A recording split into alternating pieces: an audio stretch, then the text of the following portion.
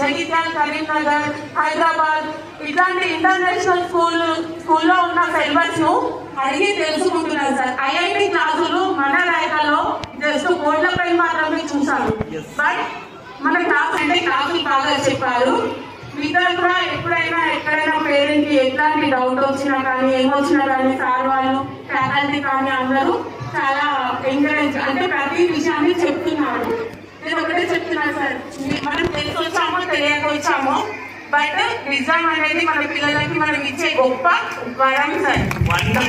ఎన్నో కష్టాలు వచ్చి తల్లిదండ్రులు ఇప్పుడు ఒకరిద్దరిని ప్రపంచంలోకి తీసుకురావాలంటే చాలా కష్టాలు వచ్చుకుంటారు సార్. ఈవెన్ మెడిసిన్ కానీ అన్ని ఇట్లా యూజ్ చేసి పిల్లలు కావాలి మనం ప్రపంచంలోకి తీసుకొచ్చడం గొప్ప కాదు సార్. వాళ్ళకి మంచి వేసి చేయించాలనేదే గొప్ప. అందుకోసం మళ్ళీ చెప్తున్నాను పేరెంట్స్ అందరికి, అంటే చాలా మందికి తెలుసు బట్ నేను మళ్ళీ చెప్తున్నాను. నాకు సార్ నిజం చెప్పాలంటే ఇక్కడ ఒక మున్సిపాలిటీ ఇక్కడ మా ఇంటి సైడ్ ఒకటి డ్రైనేజ్ ప్రాబ్లం వచ్చింది. అయితే అప్పుడు మా పాప ఏం చేసింది, నేను మంట చేసుకుంటున్నాను ఫోకస్ అయితే అంటే ఫోకస్ చేసుకుంటుంది అనుకున్నాను. నన్ను ఒక లెటర్ రాసింది సార్ మున్సిపల్ కమిషనర్కి రాసింది పాప. కానీ నేను పిలిచి నాకు కూడా థాట్ ఎప్పుడూ రాలేదు. నేను చూసుకుంటున్నా, దాటుతున్నా, వెళ్ళిపోతున్నా, చేస్తున్నా బట్ నాకు కూడా థాట్ ఎప్పుడూ రాలేదు. పాప ఓన్లీ 6th క్లాస్ సార్. అది రాసిన తర్వాత తను అంటుంది నేను మున్సిపల్ ఆఫీస్కి వెళ్ళి ఇస్తాను, నేను అంటున్నా వచ్చినాను వద్దు అని.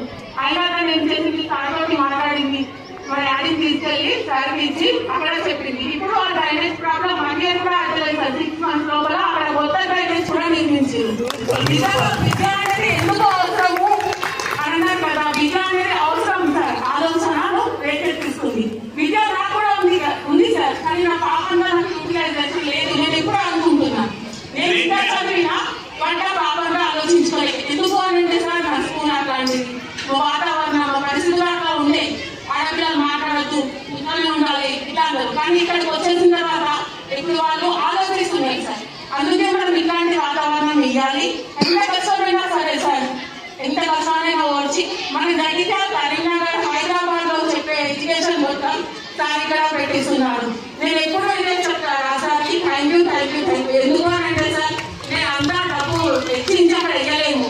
నాకు తెలిసిన 3 పిల్లలు సార్ నన్ను 50,000 కట్టి ఐఐటి స్కూల్ వరకు జగిత్యాల ముఖపల్లి అక్కడ ఏదో ఉన్నాడు సార్ మంచి స్కూల్, అక్కడ వెళ్ళారు. వెళ్ళిన తర్వాత పిల్లలు ఒక్కసారి కూడా వెళ్ళి చూడలేదు. వాళ్ళు పేరెంట్స్కి ఒక రూమ్ ఇస్తారు, వాళ్ళు అపాయింట్మెంట్ ఇస్తారు, అప్పుడు మాత్రమే వెళ్ళి కలవాలి. అట్లా మళ్ళీ మనం వీలైనవా అయిపోయింది మనం ఎవరు అక్కడ పిల్లలకి అక్కడి వాతావరణం ఫుడ్ అవేమి అడ్జస్ట్ చేయక వచ్చేసి వాళ్ళకి మనీ కూడా బ్యాక్ చేయలేదు. అట్లాంటి ఐఐటి కోచింగ్ కూడా సార్ మనకి ఇచ్చారు. నేను దానికైతే చాలా నేను ఒకటే సార్ చెప్పినాను సార్ ఇప్పుడు ప్రస్తుతం ఐఐటి ఉంది కదా స్కూల్లో అనేసి, అందుకని నెక్స్ట్ ఇయర్ తీసుకొచ్చారు సార్. బట్ ఆ ఫ్యాకల్టీ కొంచెం చేయడం వల్ల మిస్ అయింది. నో ప్రాబ్లం, అయినా నేను హ్యాపీగానే ఉన్నా సార్. నేనైతే ఒకటే చెప్తున్నా, నేను ఇందులో ఖర్చు పెడుతున్నా, అందులో ఖర్చు పెట్టలేదు నాకు తెలియదు, కానీ నేను మాత్రం నా పిల్లల ఫ్యూచర్ కోసం అని ఇస్తున్నా. ఎందుకు అంటే సార్ ఎవరు దోచుకోలేని ధనం విద్య.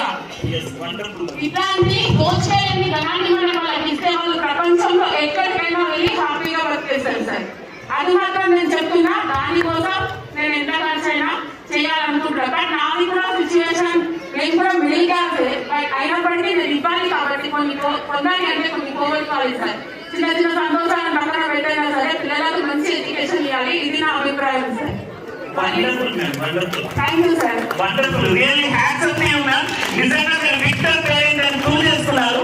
ఈవెన్ మీ పాపనే అనుకుంటాను చాలా సైంటిఫిక్ గా కూడా రీసెర్చెస్ ఎంత ఇన్నోవేటివ్ గా చేయగలుగుతుంది అంటే ఒక మదర్ ఆలోచించగలిగితే పిల్లలు ఎక్కడికైనా వెళ్ళగలుగుతారు. Definitely she will ready to write to the president of India also.